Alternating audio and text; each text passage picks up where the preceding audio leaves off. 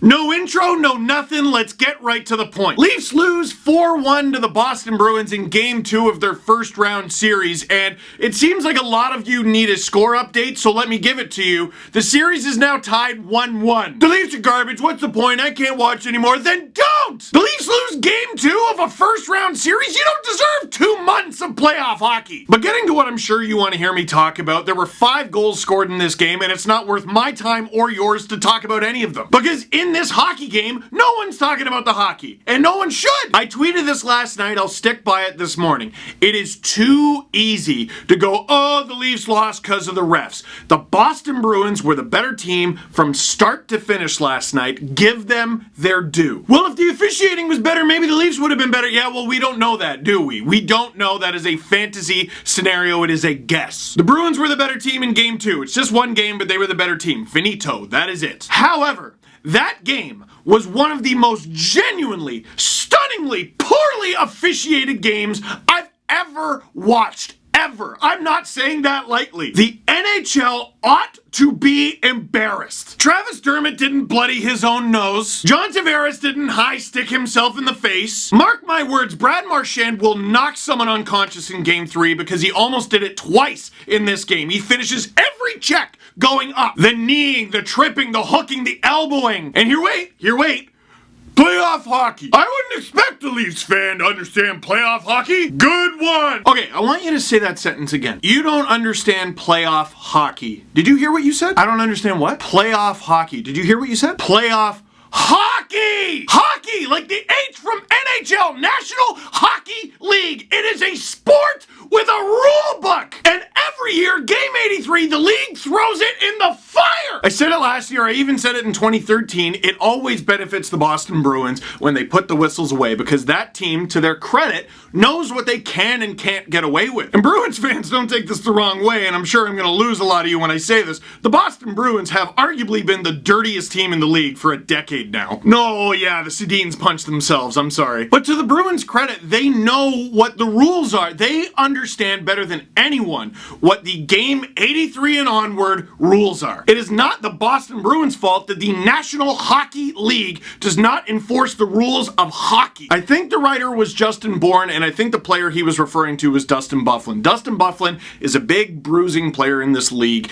and he takes a lot of penalties. But what's funny is, for all the penalties he takes, he should actually be taking a lot more, because he's just running around and doing stuff all game. And the point I remember reading is, well, you can't call everything. So if you're the Boston Bruins, if you know the officials are only going to call 10% of your infractions, which they don't even do that, why wouldn't you go out there and just do everything? Hook people, hold people, elbow them in the face! Oh, you just don't understand hockey. You don't understand hockey! Oh man, you must not have liked hockey in the 80s. Hockey in the 80s was a joke! Kadri's cross-check on DeBrusk gets 2 minutes in the 80s. Oh, are you defending it? No, I'm saying it's a joke! Goalies weren't even athletes until the 90s. I don't know why I'm yelling at all of you. I feel like I'm trying to get through to the 10% that don't see that last game was a travesty of officiating. So here we are, alright? Nazem Kadri's cross-check on Jake DeBrusk was awful.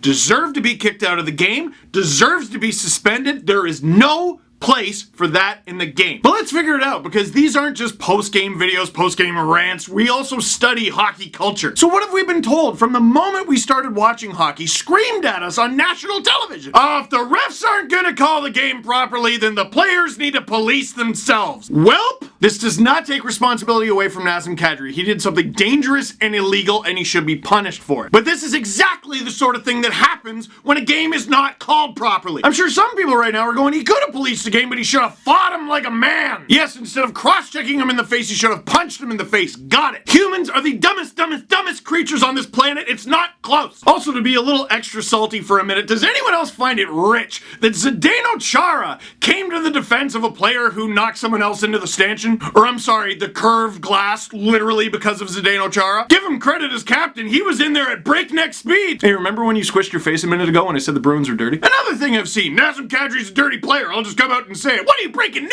I know he's a dirty player, but until every other team gets rid of their dirty players, I don't feel bad about it. Which brings me to the next thing. Boy, this is disconnected. I do feel bad about it. Been ranting about the Bruins, been ranting about the officiating. Let's bring this in-house for a minute. Because the Leafs get one back. They're down 3-0, they get one back. And Kadri Kadri was integral in getting that goal. In game 1, Kadri with a beautiful feed to Nylander for the 3-1 goal. And the suspension hasn't been announced at the time I'm making this video, but I'm going forward with the assumption that he's going to get at least 5. And the shift before, I was saying, wow, Kadri is putting this team on his back right now. And for the second straight season, in a close, war-like series, the Leafs will be without Nazem Kadri. But what have we talked about with this player, with this guy, who's been a Leaf for so damn long? The red mist. Okay. You're trying to run a hockey team. What are your goals? To get good players. All right, for what? To achieve regular season success. Okay, for what? To achieve playoff success. For what? For a championship. In hockey and sports, we often talk about sample size. Sample size. You don't have the benefit of that in the playoffs. That first round series against the Bruins was decided by a single period of hockey. Kadri was in that game 7. He wasn't in 2, 3, and 4. 4 is the one that haunts me the most. The Bruins didn't have Bergeron up the middle. Can you imagine? All because you got suspended for 3 games for throwing an illegal hit on Tommy Wingels? And now this is going to be another close-knit series. You want proof? It's 1-1 right now. And it looks like he's played his last game of the series. Can Nazem Kadri's teammates, his coach, his general manager trust him to be there when it counts the most? The answer is you just don't know. You just don't know. It's all about decision making, right? It's all about benefit versus risk. The benefit is Nazem Kadri's a hell of a player. He's on a great contract. He plays with all kinds of fire. The risk is that at any moment, with very little warning, he turns the flamethrower the other way. Well, I don't care. He's the type of player I'd want on my team. Well, that's a shame, because for the next few games, he will not be on your team, because he got himself suspended again. Now, I was texting with someone about this morning, and they're like, well, the Washington Capitals are more than happy to put up with Tom Wilson. You know what? This is part of the reason why earlier this season, I was riding the train saying, put Kadri on the wing. If you want to run around and do all that nonsense, and you're a winger, whatever. But he's a center, and a key center for this hockey team. He is too key of a piece to be missing. So hopefully the Leafs are able to win without Kadri, and Kadri is able to play again in these playoffs and be a key contributor. But whether they do or don't, because that's an option, believe me, you're Kyle Dubas.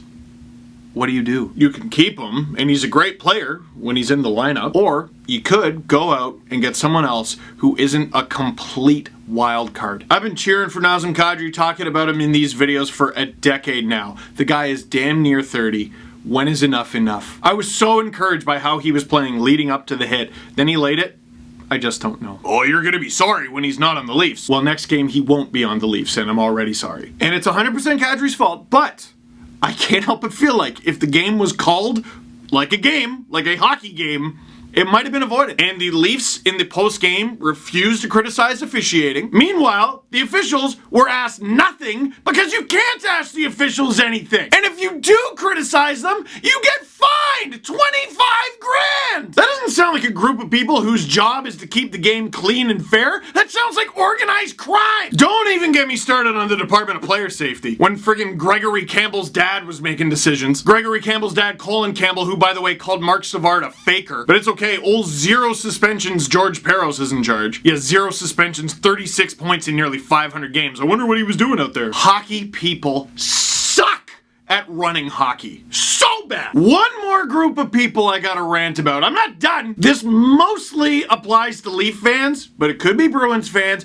could be any hockey fan who's watching right now. Some of you do not deserve social media. Some of you do deserve social media, but not on a Saturday night. If your idea of a big Saturday night is going on Jake DeBrusk's Instagram and telling him to tear his ACL, you got a problem. Oh, I was mad about the game. I was drinking. I don't care. I'm addicted to my phone. I should just have it strapped to my head. And after that game, even I was like, I should put this down. If you can't handle it, throw your phone in the toilet and go outside. Oh, I'm not done. I forgot. Sean Avery. For the second time now, Leaf fans are going, hey, look, Sean Avery has a point, and I gotta say, I don't like it. But then I was listening to what he had to say about Jake DeBrusk hitting Patrick Marleau into the glass, and he was saying it's a dirty hit. Okay. And it made me realize the NHL has it wrong. They got tough guy George Peros in there, but he's got a clean suspension record, so he's making all the decisions. They got it wrong.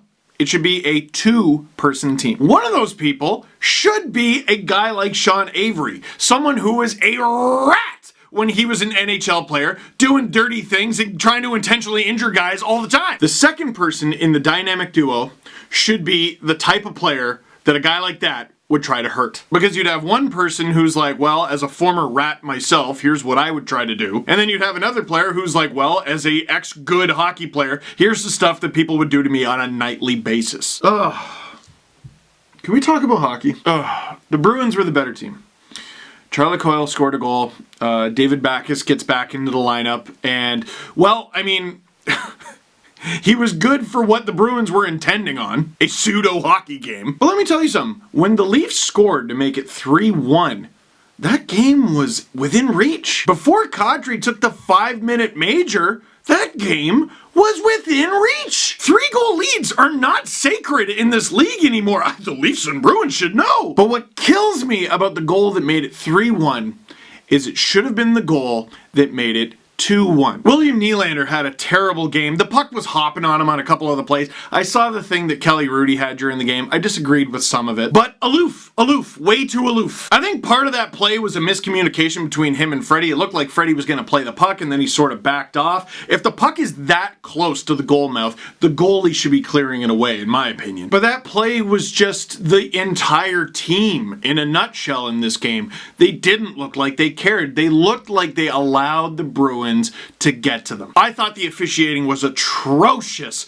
but does that make up entirely for the fact that after 2 periods of play, the shots were 29-16? Listen, this is not the first egg the Leafs have laid this season. They've laid others, and it's been unfortunate. But the thing is, they survived, and they came back to fight another day. And now, for Game 3, the Leafs head back to Toronto for 2 games. Leafs probably won't have Kadri for those games. That's a hole, but it's an opportunity. Who's gonna take it? Who's gonna seize it? Willie? Is it gonna be you? Travis Dermott, would you like to step up? It'd be nice. I've liked Matthews' game so far. Is he gonna get on the board? If Freddie puts up another Herculean effort, are they gonna waste it? As bad as Game 2 was, the series is tied at 1-1 with Games 3 and 4 heading back to Toronto. The series is in the Leafs' hands. Lick your wounds and get back at it. You have another 2 months of this. If you're lucky. Leafs won Game 3 last year. They even won Game 3 against the Caps. Freddie said he didn't like the ice in Boston. Good thing we're not in Boston anymore. So that is it for this one. I know it was a bit of a different type of video. I think it was a different type of game and warranted it. I hope you liked it, and thank you very much for watching. Click like if you like this video. Click subscribe if you really liked it. Just hit 99,000 subscribers. Thank you very much. Tell all your friends that the series isn't over. It's 1-1.